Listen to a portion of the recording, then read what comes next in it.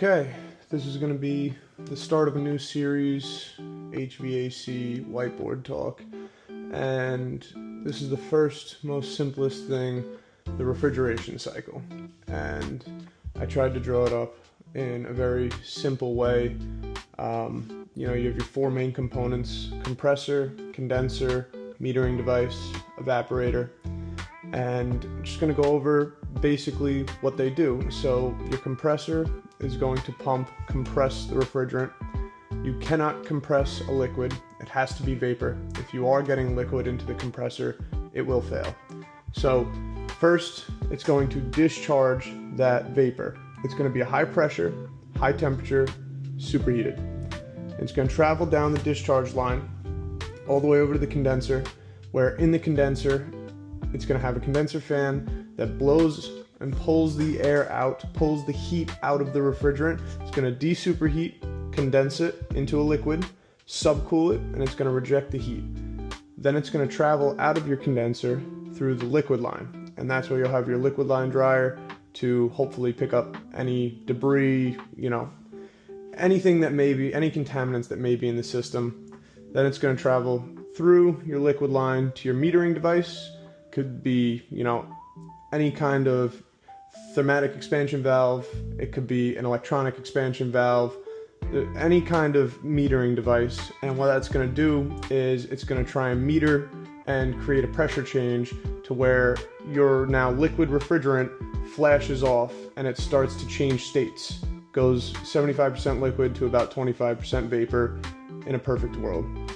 Coming out of that, you're going to have that mix of refrigerant. I keep it blue because you want to split it down the middle and think of two different sides. You have your high side and your low side. So you're going to have that mixture travel out and go into the evaporator. In the evaporator, the rest of that liquid, as it travels through, is going to boil off. You're going to absorb heat from your indoor space. The evaporator is indoors. Your condenser is outdoors. It's going to turn into a vapor, boil off, and basically you're going to turn it straight into vapor, where it comes out into the suction, where you have low pressure, low temperature, superheated vapor back into the compressor. This is a very simple explanation, and it's extremely important if you're interested in air conditioning, because without knowing this, you won't be able to fix anything. You need to understand how the system works, what it's doing, in order to fix anything. I tried to use these colors, the red on the high side, the blue on the low side, so you can visually think about it. In air conditioning, you are not cooling anything. You are just taking heat from one space and moving it to the other.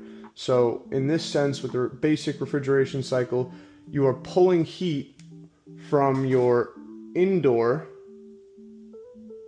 space, your air handler, evaporator, whatever you may be using, and it's going to take whatever that warm air inside is and blow across your now cold evaporator coil. Typically you want your evaporator coil to be around 40 degrees. And so let's say it's 70 degrees inside. That warm air is going to blow across your cold evaporator, and you're going to absorb the heat through your evaporator. And that's what you're doing. You're taking it out. And the reason it feels cold is because you're cooling it down through a process of changing pressures.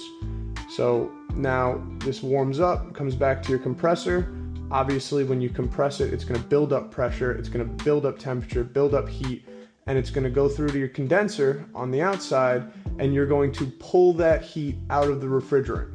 Even though it's hot outside, the refrigerant is very hot, and you're going to basically just pull all of that heat out. And in a process of changing pressures and temperatures, you can remove heat from indoors, and it's going to feel what we call cold. And that is the basic definition of the refrigeration cycle. This is for extreme beginners, and I just feel like there's not enough people showing this kind of stuff. You can find it anywhere, but I just want to start contributing any way that I can. So I hope you guys enjoy this. I plan on having a whole series of this and going over the many different things that I've learned. Even though I only have a short career so far, I want to be able to spread the knowledge and help out as many people as possible. So if you enjoyed, leave a like, subscribe, and you'll see more from me in the future.